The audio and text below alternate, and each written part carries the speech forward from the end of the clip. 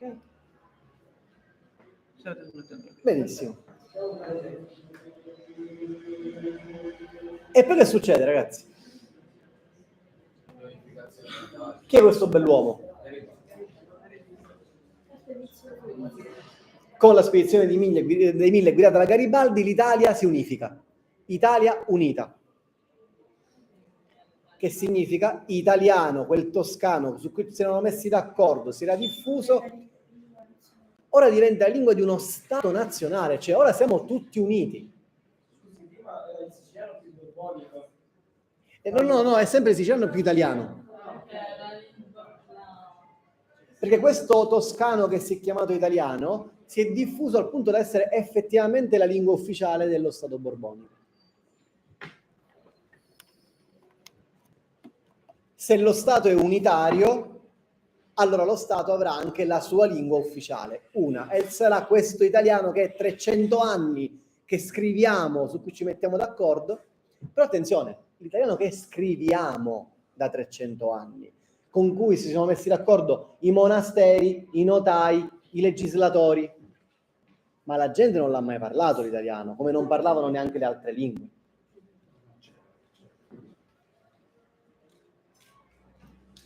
Quindi l'italiano era veramente la lingua nazionale, cioè la lingua del popolo, dell'intera nazione? Domanda. Questo lo riconoscete?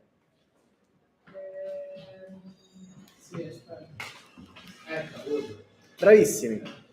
Camillo Benso Conte di Cavour, il primo ministro italiano.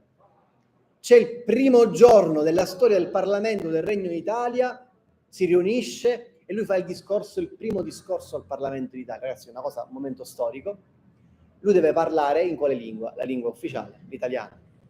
Che fa il povero Cavour? Ha passato giorni fino alla sera prima a scriversi il discorso, a prepararlo, a leggerlo, a farselo correggere dagli altri, perché l'italiano non lo sa.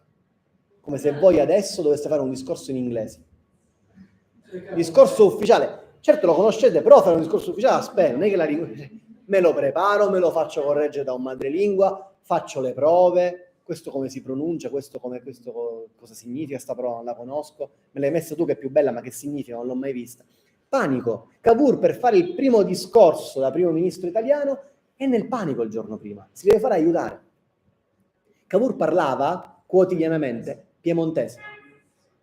Oppure capiva molto bene, parlava molto bene il francese, che è la lingua di cultura in Piemonte. Quest'uomo lo riconoscete? Alessandro Manzoni, riconosciuto come padre della lingua italiana, non come Dante, ma come quello che l'ha unificata. Manzoni non parlava italiano. Manzoni parlava milanese, dialetto milanese, oppure in società francese. Manzoni fa il primo romanzo, Il Fermo e Lucia, nel 27, in italiano, che era questa benedetta lingua della letteratura. Che è solo scritta. Tra l'altro lui dice, no, un attimo, non mi piace sto romanzo, è poco toscano, lo voglio fare toscano. E lo ripubblica dopo 13 anni. La seconda edizione, quella del 40, in cui lui si è sforzato per anni e anni a rendere più toscana questa lingua. È un esercizio letterario. E lui non lo parlava l'italiano. Allora, ragazzi, non lo parlava il primo ministro, non lo parlava il padre della lingua. Allora, gli italiani veri, secondo voi, lo parlavano l'italiano? Che erano loro, i poveri italiani veri, erano questi. L'Italia era un paese agricolo. Parlavano i loro dialetti. Quindi la grande trasformazione è stata l'unificazione linguistica nazionale, la diffusione dell'italiano. Questa sì che è stata una grande trasformazione. Grazie innanzitutto alla scuola. Stato unitario, si fa la scuola pubblica. Tutti devono andare a scuola impari a leggere e scrivere e impari la lingua italiana. Molto banale. Stato significa non solo scuola, significa burocrazia. Gli uffici, le dogane del porto, gli uffici comunali, il fisco, le poste, tutte centralizzate, devono avere la stessa lingua con cui mettersi d'accordo. Questa è una bella foto del servizio postale dell'esercito durante la Prima Guerra Mondiale. Esercito. Altra grande istituzione nazionale. Fai 18 anni, vai a fare la leva obbligatoria e ti mandiamo via. E conosci senti altri dialetti e non ti puoi mettere d'accordo con un veneto e un piemontese parlando ognuno il suo dialetto. Ti converrà parlare italiano. Quel poco di italiano che più o meno hai visto a volte su un giornale, e cerchi un attimo di usarlo, quello che in effetti ricordi hai fatto in quei 2 o 3 anni di scuola elementare che hai fatto quando eri bambino, e così si diffonde. Assolutamente. La guerra fu un grande momento in cui in effetti non erano solo i 18enni un anno alla volta che andavano a fare, erano le persone che combattevano fianco a fianco. Tra l'altro guardate che bella immagine che ho trovato per questa prima guerra mondiale, guardate questi bravi ragazzi che corrono ad ammazzarsi. C'è voluta la prima, c'è voluta la seconda guerra mondiale, è finalmente caduto con la seconda guerra mondiale il fascismo, combattuto, ucciso il fascismo, quella terribile dittatura e il fascismo in sé, abbiamo scritto una Costituzione che dice l'Italia ripudia la guerra. Ci abbiamo messo molto tempo a capirlo, poi a volte ce lo dimentichiamo. I ragazzi della vostra età in questi giorni muoiono a Gaza sotto le bombe, mentre noi facciamo lezione a scuola. Quindi ricordiamoci di ripudiare la guerra e la violenza militare. Durante la prima guerra mondiale, quindi sti poveri ragazzi che andavano a combattere, ma chi erano analfabeti? che quasi tutti erano analfabeti, come glielo diceva la mamma, sono vivo. Lo facevano scrivere a questi compagni che sapevano leggere e scrivere. Questo perché non è andato in guerra. Ed era l'unico che sapeva leggere e scrivere, quindi scriveva lettere a tutti i suoi compagni. Si mettevano insieme e se le scrivevano. Chi sapeva scrivere aiutava gli altri. Chi sapeva leggere le leggeva. Era un po' la stessa cosa. Quindi l'italiano comincia anche effettivamente a essere scritto, letto dai poveri disperati che la penna non l'avevano mai presa in mano, non avevano mai avuto motivo di farlo. E soprattutto con l'Unità d'Italia inizia il fenomeno delle emigrazioni dal sud verso il nord Italia e da tutta l'Italia verso l'estero. Emigri e cominci a trovare gente diversa che parla altre lingue. E soprattutto quando i poveri siciliani e gli italiani emigravano, lo sapete come venivano trattati? Molto male. E quando erano lì e volevano scrivere la lettera alla famiglia, gli mandavano i soldi, gli mandavano la lettera, dicevano sto bene, il business l'ho cominciato, tutto sommato funziona, sto bene di salute. Coi soldi che ti mando, cara moglie, dicevano, al bambino mandaglielo a scuola. Perché io che non so leggere e scrivere, sono praticamente analfabeta, qua sono un animale. Sono trattato come una bestia da soma e non voglio che mio figlio avrà la stessa sorte. Quindi l'emigrazione serve anche a prendere coscienza dell'importanza dell'alfabetizzazione. Si emigra quindi soprattutto nelle città, dalle campagne, dai paesini sperduti, ci si accentra in città. In città significa che non stai più come quelli di prima, mietendo il grano. Tu e i tuoi 4 compari isolati in mezzo alle campagne tutto l'anno, senza parlare mai con nessuno. Si sta in città che sono piene di gente. E se non lavori la terra, ma lavori in fabbrica o nell'artigianato, la domenica non hai gli animali a cui dare da mangiare. La campagna lavori sempre. Con l'artigianato e con l'industria no. C'è la domenica libera. E magari quei 4 soldi che ti sei fatto, la domenica vai anche al cinema. E al cinema c'è il cinegiornale, il telegiornale prima che esistesse la televisione. Oppure la domenica che sei libero, il pomeriggio te ne vai alla putia del vino. Ti bevi il bicchiere di vino e c'è la radio accesa. E nella radio ascolti l'italiano. Quindi anche le trasmissioni di massa si iniziano a sviluppare e a diffondere l'italiano, soprattutto, per ultima, la TV. Trasmissione di massa che entra nelle case degli italiani. Come sono andate le storie? Come è andata la storia? Nel 1861, quando l'Italia si unisce, il 97,5% degli italiani parla sempre solo dialetto. L'italiano lo parla più o meno il 2% degli italiani. Gli intellettuali stracolti che saprebbero anche parlarlo se serve, perché lo sanno scrivere. Queste percentuali si invertono nei 150 anni di Unità d'Italia. l'italiano cresce a dismisura fino a raggiungere la praticamente maggioranza degli italiani, il dialetto crolla, e quello che cresce e si mantiene è l'utilizzo misto di italiano e dialetto. Considerate che questi sono dati statistici che abbiamo, non li sto inventando io, non se li ha inventati nessuno. Da questi dati vediamo che l'Italia diventa maggiormente italiana e non dialettale, cioè italofona si dice. Si parla italiano più che i dialetti in Italia a partire dagli anni 80, quando il dato del dialetto è più basso del dato dell'italiano. Quindi fino agli anni 80 l'italiano era minoritario rispetto ai dialetti. Sono 40 anni che l'italiano è la lingua di tutti, non molto. Quindi l'Italia contemporanea, il bilinguismo italiano oggi, da 40 anni a oggi, si caratterizza fondamentalmente per due cose, due situazioni fondamentali.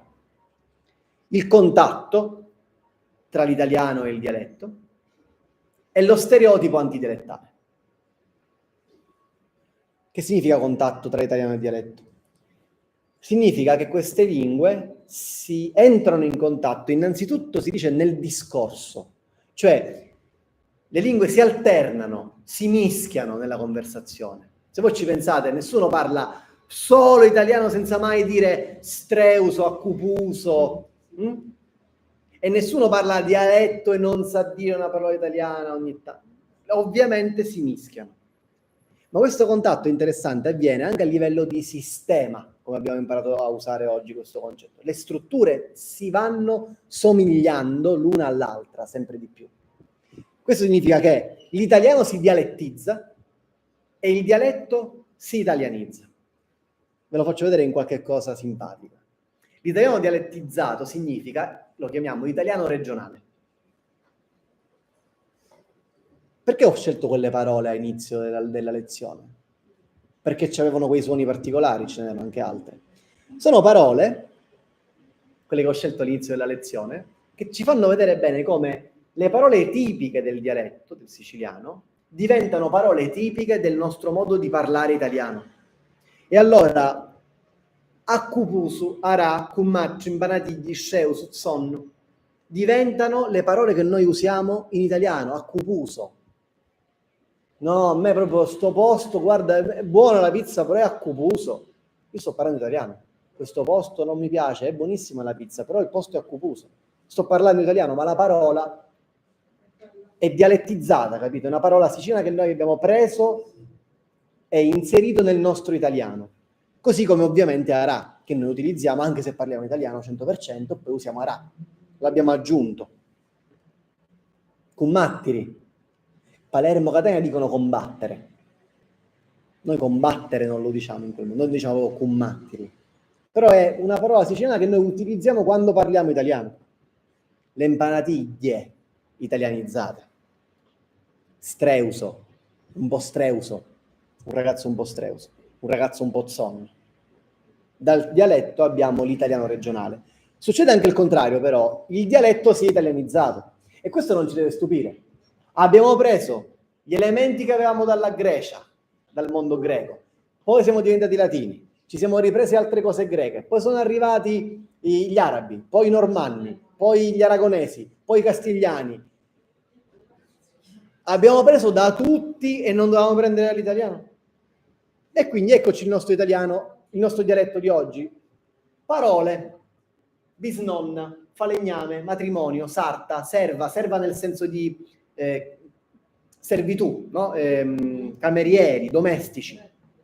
Come si dicono queste parole oggi? In dialetto siciliano, secondo come si dice bisnonna?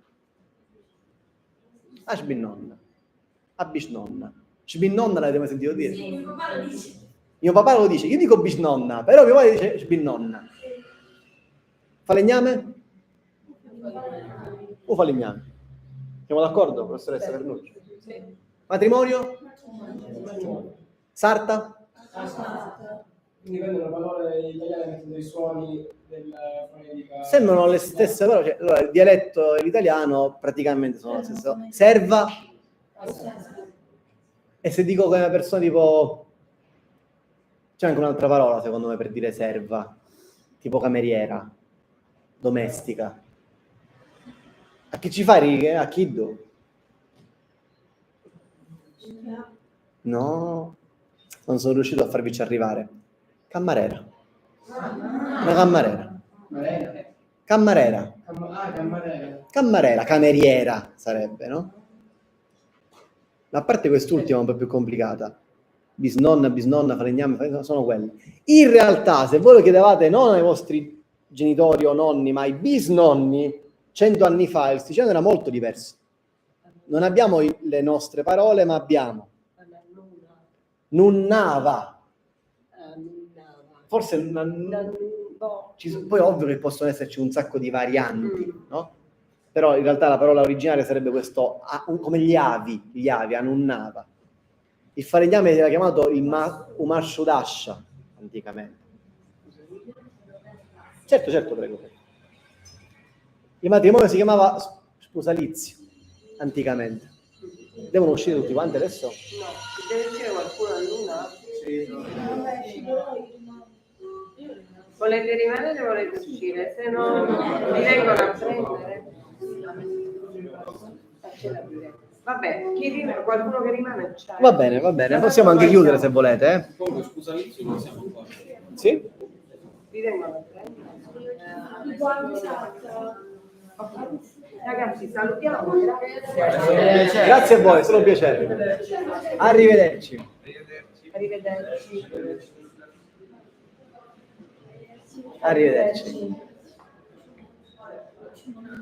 Costurera, sarta, tutte parole antiche. Dice qualcosa di logistico, organizzativo? No, loro sono alle 2 quando finisci noi. Io avrei finito di corsa, se loro hanno comunque la stessa ora, avete comunque la stessa ora. Allora, anche se non dobbiamo correre, anche se 10 minuti. Che gentile che sei, Federica. Io ho già avvisato mia madre. Ok. Ci avresti? Sì. Va bene, perfetto. Io avrei corso per chiudere all'una. Io ti posso fare Ma non sono 40 ore, sono tac. Ti posso fare una domanda? Certo. Riguardo la storia, ma l'isola, cioè la Sicilia non era divisa in due? L'isola delle due Sicilie. Il Regno delle Due Sicilie è il nome che danno nel 1816. E non si parlava una lingua diversa. No. Il Regno delle Due Sicilie praticamente succede quando eravamo in questa situazione qua, della Sicilia borbonica. Comincia così e ancora il Regno di Sicilia, comandato dai Borboni. Poi a un certo punto i Borboni dicono: facciamo così, unifichiamo un po' questo Sud Italia, Napoli e Sicilia, unifichiamole. Chiamiamolo Regno delle Due Sicilie, ma è la stessa impostazione statale, gli stessi regnanti, la stessa situazione linguistica. A Napoli si sarebbe parlato il dialetto napoletano più l'italiano. Il dialetto del luogo più l'italiano solo da tutti.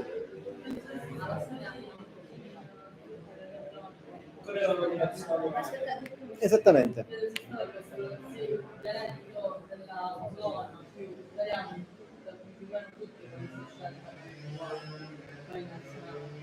Esatto, cioè anche in Piemonte c'era il dialetto piemontese e poi...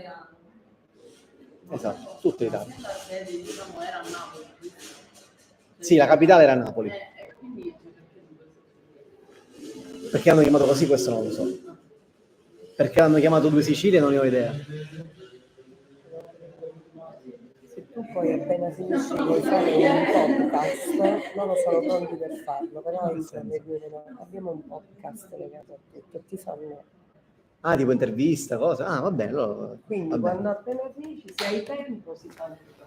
Parole antiche. Quindi in fondo l'italiano praticamente, ragazzi, è l'ultimo di tantissimi strati con cui si è infarcita la torta del nostro siciliano, ok? È una 1000 foglie, il siciliano, con un sacco di cose dentro. Ultimo l'italiano.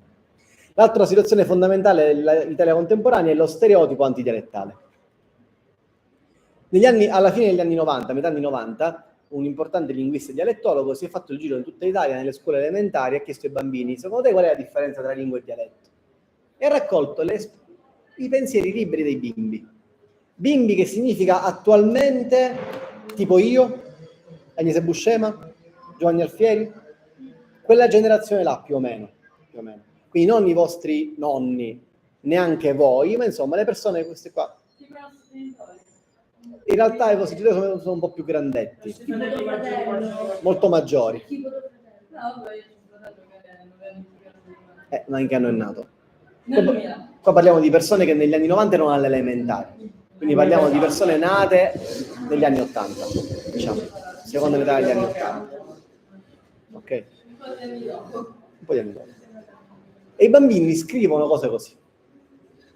Devo essere sincera, tutte e due parlo, ma molto più l'italiano, perché se mia madre sente che dico una parola in dialetto, mi lava la lingua con il sapone. Palermo. Il dialetto è la lingua dei mafiosi e della malagente. Questa è una bimba di Messina. A Mantova scrivono, le parole in dialetto fanno ridere, mentre le parole in italiano no. Vera sta cosa, vero? Io preferisco parlare in dialetto anche se mio papà mi dà le sberle. Como. Quindi da nord a sud la differenza non c'è. Il dialetto fa ridere, fa ridere i genitori, e invece l'italiano è bellissimo. Voi vi riconoscete in questi bambini? Voi da bambini avevate l'impressione che papà si arrabbiava e dava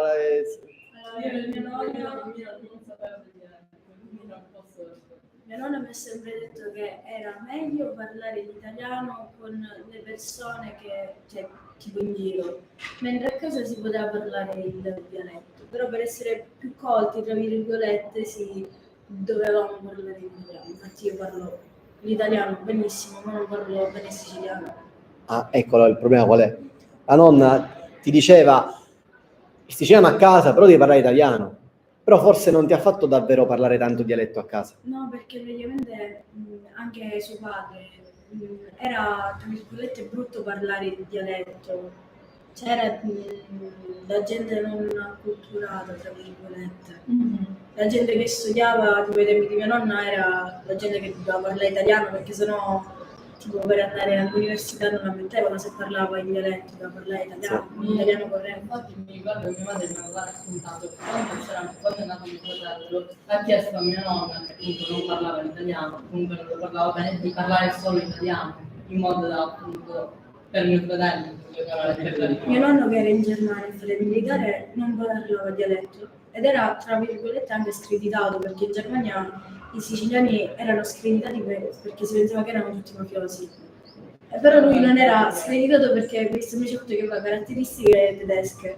Ci sembra sembrava molto somatico. Perché sono parole, secondo me è stupido, perché tra virgolette non dovremmo avere, cioè non ci dovremmo vergognare del dialetto, proprio più andarne fieri, perché è un dialetto, è la nostra lingua, è come siamo nati noi. Quindi i genitori sono andati a Dubai e ci siamo andati per farsi conoscere ovviamente con tipo vestiti siciliani e appena li hanno visti li hanno fatto in siciliani, bravissima gente, sì, cioè li hanno tutti bene. In che senso vestiti siciliani? E avevano le teste di moro, tipo la cuoca. Ah. Sì.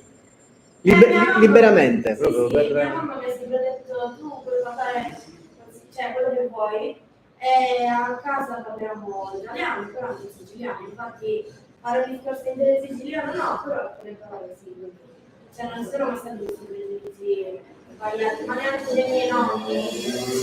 Però un discorso intero in siciliano no. Ma secondo me più che pregiudizi è anche una tutela che hanno fatto nei nostri confronti. Perché magari avendo passato anche loro l'esperienza, magari parlando siciliano venivano screditati, venivano presi come stupidi, tra virgolette, esatto. In scuola non volevano le maestre Che parlassero in dialetto. è giusto comunque alla fine, perché in un ambiente bisogna parlare poi bene, poi ci Perché sta. è un ambiente culturale, quindi... Cioè, ora capita che parliamo con qualche parola in dialetto, ma ormai però negli anni della scuola potevamo formarci, se iniziamo a parlare in dialetto alle elementari, solamente quello probabilmente.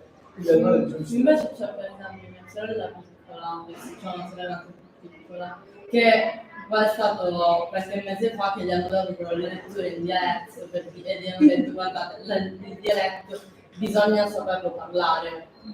Le stesse maestre che quando andavo io alle elementari ci dicevano invece di non parlare il dialetto. Beh, molto bella questa testimonianza. La professoressa Vernucci vuole dire qualcosa? No, perché mi torna quella cosina che ho fatto io in apertura ieri. E non so, che l'ha scritta Adriano, ma è calzantissima. Signori miei, pensate buona a sti parole che Perico. Non è la lingua che fa tinto lo cristiano. Un siciliano è un dialetto antico, è vivo e ogni tanto lo A noi, cioè, il siciliano viene preso di più per parte cattiva, magari per la mafia, no?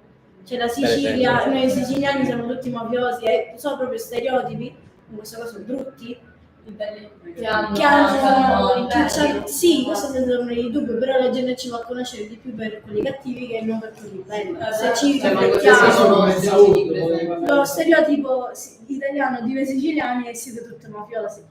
Il problema è che queste forme dello stereotipo le conosciamo e ci ricordiamo le maestre o le nonne che ci hanno detto non usate il siciliano, a scuola ovviamente non si poteva fare, eccetera, eccetera.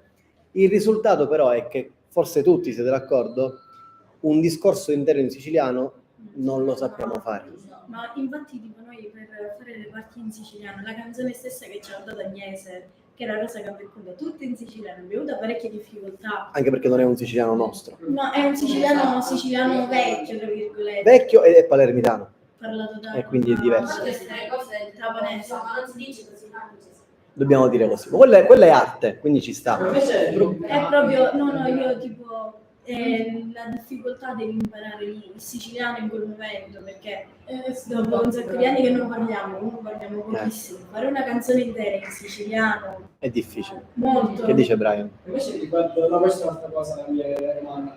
Riguardo il fatto grammaticale, per esempio l'uso del congiuntivo anziché il condizionale, tipo io avessi fatto, anziché l'avrei fatto. Quella è un'altra lezione. Quella è un'altra lezione. Diciamo che ogni lingua fa quello che vuole. L'inglese non ce l'ha il congiuntivo, no? È al condizionale. Il siciliano ha il condizionale, non c'è il congiuntivo, anzi ha il congiuntivo, non ha il condizionale. Una cosa che rimanda al suo vuole essere una lingua iniziale. Esatto, ogni lingua ha le sue strutture. L'italiano ha le sue, non dobbiamo pensare che sono le uniche giuste. Forse il fatto che non ci sia il futuro, Questo forse, no? sì. Potrebbe essere. Questo è complicato perché si dice una cosa molto nota, che il siciliano è una lingua senza futuro, con forte però interpretazione stereotipica e ideologica. Cioè, lo diceva Sciascia, diceva per criticare, no? Per fare una provocazione, dice il siciliano è una lingua senza futuro, ma era un grande letterato che fa una butad, cioè una battuta, una provocazione. In realtà anche l'inglese è una lingua senza futuro, non ha un tempo verbale per il futuro, utilizza un ausiliare, l'ausiliare volere, I will go, oppure I am going to, una perifrasi si dice, una combinazione di parole. Esattamente come facciamo in siciliano. Romani agli aghiri. Vai, Rumane vai. Io faccio questo domani. Sì, però è molto normale in siciliano dire domani devo andare a Roma. Non perché devo, ma perché è un modo per in fondo costruire il futuro. Questo strutturalmente il siciliano fa così. O usa il presente come fa anche noi nell'italiano parlato. Domani ne vedremo. Nessuno dice domani ci vedremo. Nessuno dice quest'estate me ne andrò in Spagna. Nessuno di voi lo dice. Nessuno di voi. E a Quindi- Milano lo Domani vado in dicono, Spagna. cioè lo usano in futuro o no? Perché No, è una cosa scritta. scritto sì, Una cosa ma nel scritta. parlare. Assolutamente no. Questo però voglio dirvi, lo riconosciamo lo stereotipo antidialettale che abbiamo vissuto. Il risultato che il dialetto non lo conoscete come lo conoscevamo prima e non sappiamo fare un discorso intero. L'unico modo per veramente salvare una lingua è che i bambini la imparano. Se non facciamo quello, possiamo fare tutta l'arte che vogliamo e tutte le discussioni che vogliamo. No, perché se una lingua non viene parlata non posso proprio, verrà dimenticata. Mi piace, la rivaluto, la apprezzo, ma se non la parlo, non la so parlare, i vostri figli la parleranno ancora peggio. Forse è già finita. Sembrava infatti definitivamente morta come lingua. Il siciliano, tutti i dialetti sembravano morti. Però a un certo punto i linguisti tutti si sono accorti che in via d'estinzione sembravano morti, ma quasi quasi sono risorti. Cioè, che significa? Lingue che per secoli e secoli sono state parlate dalla gente cominciano a essere incredibilmente scritte per la prima volta nella loro storia in alcuni casi. Per esempio sui social. Questo è un post di Facebook, di un classico post boomer di Facebook. Una signoruzza che scrive Ara a Comusiti, ma una buona domenica sera a tutti, Marci, sugno stanca, oggi hai avuto i mafigli, a grande richiesta ci fici i racini, i rancini. Poi qualcuno per sciumentare ora rosta e rugusticelli e ci li mangiamo magari chisti. Insomma, mangiamo assai e stasera solo una bella bollita. E poi a Ninna. Ora stacco, vi auguro a tutti una buona serata, a domani. Vedete che tra l'altro questo siciliano scritto c'ha un sacco di italiano.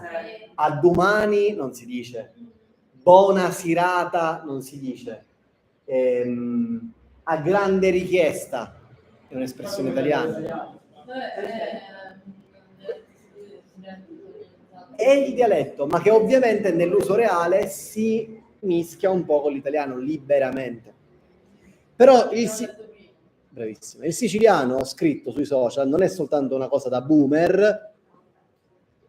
Per esempio, lo conoscete Sicilian Says, una pagina su Instagram molto carina che racconta il siciliano a un pubblico internazionale. Prendono delle belle espressioni e le traducono direttamente in inglese, come bene si conta. As it comes, it will be told. Lit vuol dire literally, cioè letteralmente significa questo, e poi te la spiegano. Quando la tua vita sta diventando difficile, il futuro ti preoccupa, tu mantieni la calma, prendi un respiro profondo e come bene si conta. Magari ci sono, io le vedo su Pinterest, diciamo che ci sono diciamo magari gli italiani spesso sono parolacce del genere, poi c'è come quello sono letteralmente è la spiegazione che di solito per noi siciliani, noi in Italia effettivamente divertente, però effettivamente è così. Quindi sui social viene scritto, vi ripeto, il siciliano erano secoli che non lo si scriveva, a parte per fare poesia, per fare cose così. Scritto normale alla gente normale, non era mai successo che la gente normale scrivesse il siciliano. Poi il dialetto viene rivalutato anche perché viene recitato in televisione, nelle serie TV. Prima non era molto diffuso. Voi non avete la percezione storica perché siete giovani. Per una serie TV in dialetto negli anni 80 non c'era, negli anni 90 non c'era. Era tutto italiano. E invece oggi abbiamo cose come questa che riconoscete, dove il napoletano è quotidiano. Però, dove è ambientata questa serie? A Napoli. Cioè dove a Napoli? Ma che c'è per caso qualche stereotipo? Napoli, criminalità. No, ma la storia però in realtà sono dei ragazzi. Sì, ma sono in carcere. Dobbiamo riconoscere gli stereotipi in questo modo. Non mi importa che poi il personaggio è carino, i ragazzi sono simpatici, io mi immedesimo. Napoli, carcere. Questo è lo stereotipo. Quindi il dialetto viene usato, rivalutato, che bello, però sempre legato al suo stereotipo negativo. Serie TV in dialetto veneto ancora non ne hanno fatte. Le fanno invece il siciliano, il napoletano, il sardo, tutti usati per fare ridere in televisione. Eppure insegne commerciali. Questa è un'altra cosa di cui voi non avete l'esperienza diretta di come le cose sono cambiate perché siete troppo giovani. Ma non esistevano 20 anni fa insegne di un autogrill che si chiamasse Amuni, caffetteria tavola calda. Dovete andare ora? Va bene, abbiamo finito in ogni caso. Grazie. Ve la posso dire mentre andate, questa è l'ultima slide. Infatti, e finiamo. Chiudiamo. Okay. Chiudiamo. Ho detto chiudiamo. È che siccome io poi faccio 1000 cose, stavo cercando di darti questo segnale. Scusami, grazie. No. Il dialetto viene rivalutato perché ha una funzione identitaria, ne abbiamo parlato in lungo e largo, ok? Che è bella ma è pericolosa, voglio dire. Impariamo ad apprezzarlo il dialetto come un bene patrimoniale, patrimonio culturale, tradizionale, condiviso, come in questo nostro bel progetto. Però perché è pericolosa? Riduciamo il dialetto a stereotipo, lo imbalsamiamo e lo mettiamo nel museo. una cosa morta, un animale morto imbalsamato nel museo. Oppure lo mettiamo lucidato in vetrina per accaparrarsi i turisti, ok? E quindi in generale è sfruttato commercialmente e ideologicamente. Ideologicamente che significa? Che il valore identitario, locale, a chi fa comodo? Fa comodo alla politica sovranista. Allora sappiamolo, lo fanno i sovranisti questo discorso. Posso amare il dialetto, posso rivalutarlo, ma devo sapere che viene sfruttato politicamente, oltre che commercialmente. E allora, per concludere veramente, la vera rivalutazione del dialetto deve essere non soltanto, cioè sì, apprezziamolo come patrimonio culturale, ma in aggiunta, lo vogliamo usare tipo museo, tipo vetrine? Va bene, buongiorno, ma non soltanto questo, soprattutto dobbiamo sentirci liberi di parlarlo, quella è la cosa che fa la differenza, non per forza con l'orgoglio, non è necessario l'orgoglio, è necessario non avere la vergogna e avere la libertà di parlarlo, perché la storia linguistica cosa ci ha insegnato? La Sicilia è sempre stata multilingue e multiculturale e il dialetto per millenni sopravvive perché convive liberamente con tutte le lingue che incontra, liberamente. Quindi il senso profondo di questo valore identitario del dialetto deve essere non una identità chiusa, fissa da museo o da sfruttare commercialmente, ma un'identità come apertura alla complessità e al diverso. Non abbiamo tempo per ulteriori domande, ma vi voglio solo dire che se ne avete altre, bene, perché le risposte servono a farsi nuove domande e a farsi domande migliori. Quindi spero di avervi dato elemento, food for thought, si dice in inglese, cibo per il pensiero e la vostra crescita personale e la vostra esperienza personale. Grazie di essere stati qua oggi. Grazie a Giulio, al professore Giulio Scivoletto. Che ti dico una cosa qui. Intanto che fa la diretta? Ah sì, tanto. Mentre vado a preparare la... Prepara. Se lui... Grazie ragazzi.